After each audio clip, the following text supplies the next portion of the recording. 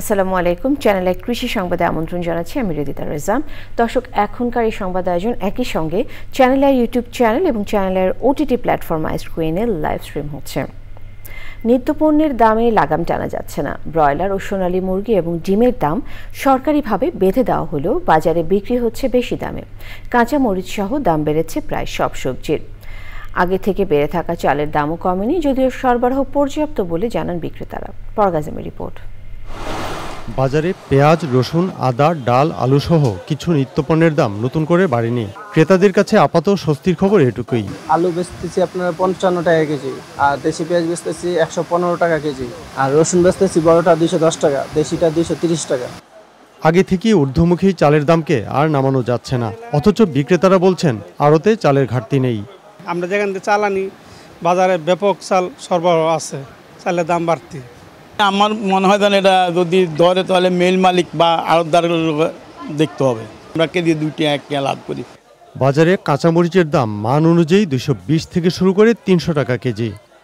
240 টাকা KG Indian মরিচ। আমার এই মরিচ একবারে ফ্রেশ, একটা মরিচ আপনি মনে করেন পোঁচা পাইবেন। এটা আমি পাল্লাতে বেশি দিয়ে আনছি, বেশি বেচতেছি। সবজির দামও অনেক বেশি। বেগুনের কেজি 140 টাকা। এই যে জিনিসগুলোর দাম বেশি, এগুলো আমরা কারণ যখন আমরা যাই তখন আমরা দেখি অনেক দাম। ডিমের ডজন সরকারিভাবে 142 টাকা বেঁধে দেওয়া হলেও শুরু থেকেই কেউ মানছে না এই দাম। বিক্রি হচ্ছে 160 টাকা ডজন দরে।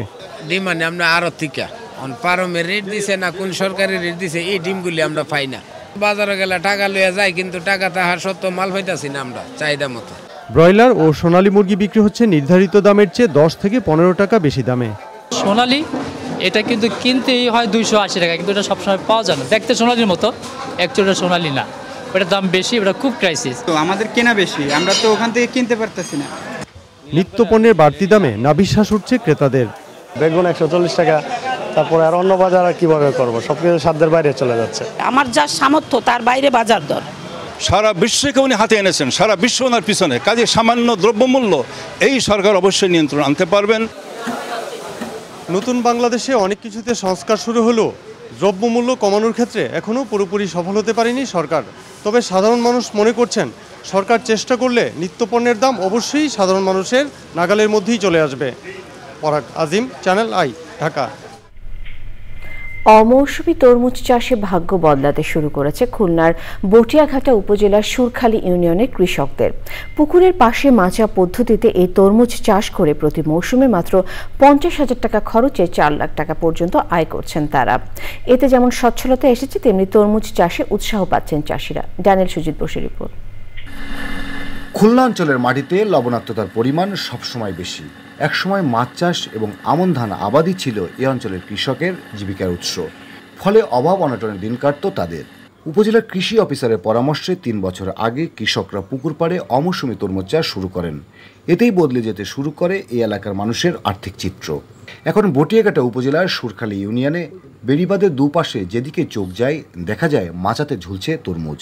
আমি এই গত 3 বছর ধরে এই তরমুজ চাষ করতেছি, কিন্তু প্রথম যে বছর তরমুজ চাষ করেছি এই তরমুজ সম্পর্কে আমরা তো খুব বেশি ভালো বুঝতাম না। গাছ যদি অনেকেই আছে ভালো ট্রিটমেন্ট না দিতে পারে তাহলে 2 কাটার পরে শেষ হয়ে যায়, আর যদি ভালো ট্রিটমেন্ট হয় গাছের তাহলে আপনার 4-5 কাটা পর্যন্ত চলবে।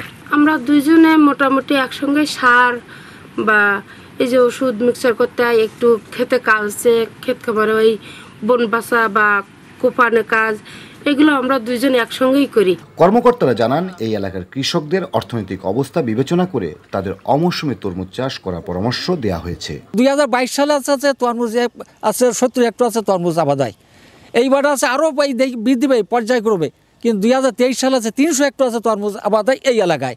এবার আছে 2024 অর্থ বছর আছে 500 হেক্টর আছে তরমুজ আবাদ হয়েছে, যার খুলনা জেলার মধ্যে মোট আছে 900 হেক্টর তরমুজ আবাদ হয়।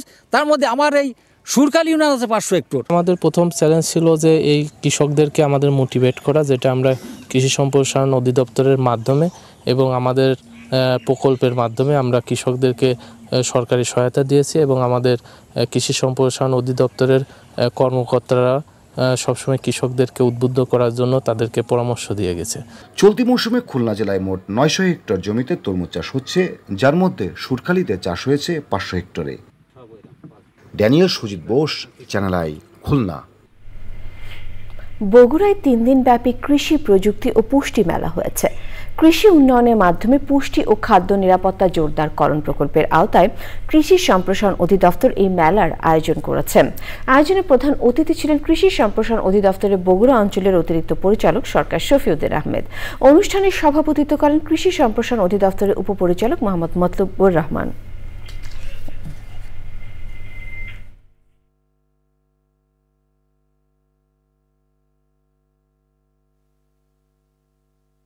পারিবারিক সবজি বাগান, বাড়ির আশেপাশে প্রতি জমি, এমনকি আমাদের যে এখন বস্তায় চাষ হচ্ছে, টবে চাষ হচ্ছে, সেগুলো কিভাবে আমরা ভালোভাবে উৎপাদন করতে পারি, কি সার ব্যবহার করতে পারি, কীভাবে ব্যবহার করতে পারি, সেই উপকরণ এবং প্রযুক্তি এই মেলায় দেখানো হচ্ছে। জলবায়ুর পরিবর্তন, আমাদের শ্রমিক সংকট এবং আবাদি জমির পরিমাণ কমে যাওয়া, এগুলো কিন্তু এখন আগামীতে আমাদের কৃষির একটা বড় চ্যালেঞ্জ। তো এই চ্যালেঞ্জগুলো মোকাবেলা করার জন্য আমাদের বিদ্যমান যে বিভিন্ন যে প্রযুক্তিগুলো, সেই প্রযুক্তিগুলোর কিন্তু সমাহার আমরা এখানে করেছি। গাইবান্ধার গোবিন্দগঞ্জ, পলাশবাড়ি সহ জেলার বিভিন্ন এলাকায় লাউ চাষে আগ্রহ বেড়েছে। জমিতে মাচা করে ধাপে ধাপে লাউয়ের আবাদ করছেন কৃষক। আবহাওয়া অনুকূলে থাকায় লাউ খেতে রোগবালাই কম ও ফলন ভালো হয়েছে। বাজার দর ভালো থাকায় আর্থিকভাবে লাভবান হচ্ছেন চাষিরা। গাইবান্ধা প্রতিনিধি ফারুক হোসেনের পাঠানো তথ্য, ভিডিওচিত্র আল মুকসিদের রিপোর্ট। একসময় পারিবারিক চাহিদা মেটাতে বসতবাড়ির আশপাশে স্বল্প পরিসরে লাউ আবাদ হলেও চাহিদা বাড়ায় এখন লাউয়ের আবাদ বাণিজ্যিকভাবে সম্প্রসারণ ঘটেছে। গত কয়েক বছর ধরে গাইবান্ধায় কৃষকরা বাণিজ্যিকভাবে লাউ আবাদ করছেন। চলতি মৌসুমে আবহাওয়া অনুকূলে থাকায় লাউয়ের ফলন ভালো হয়েছে। 7,000 টাকার মতো খরচ হয়েছে। তো এই লাউ থেকে প্রায় আমাদের খাওয়া হচ্ছে, এর পাশাপাশি সপ্তাহে 2-3 দিন বিক্রি করা যাচ্ছে। আল্লাহর মতে এই 20 শতক জায়গা থেকে 50-60 হাজার টাকা লাভ করা সম্ভব। উন্নত জাতের লাউ, রোগবালাই ও আবাদ পদ্ধতি সহ নানা বিষয়ে চাষিদের প্রযুক্তিগত পরামর্শ দিচ্ছে স্থানীয় কৃষি বিভাগ। এখন 12 মাসি লাউ পাওয়া যায়, বা এই জাতের লাউ চাষ করলে কৃষকের রোগবালাই কম হয়। এছাড়াও আমাদের কৃষি বিভাগ থেকে আমাদের উপসহকারী কৃষি কর্মকর্তা এবং আমাদের কৃষি সম্প্রসারণ কর্মকর্তা সবসময় সবজি চাষিদের এবং স্পেশালি 12 মাসি লাউ চাষিদের আমরা পরামর্শ দিয়ে যাচ্ছি যে কিভাবে কম খরচে বেশি লাভবান হতে পারে। জেলার 7 উপজেলায় চলতি বছরে 156 হেক্টর জমিতে লাউয়ের আবাদ হয়েছে। আল মুকসিদ, চ্যানেল আই। চ্যানেল আই কৃষি সংবাদে আজকের আয়োজন এ পর্যন্ত। ধন্যবাদ।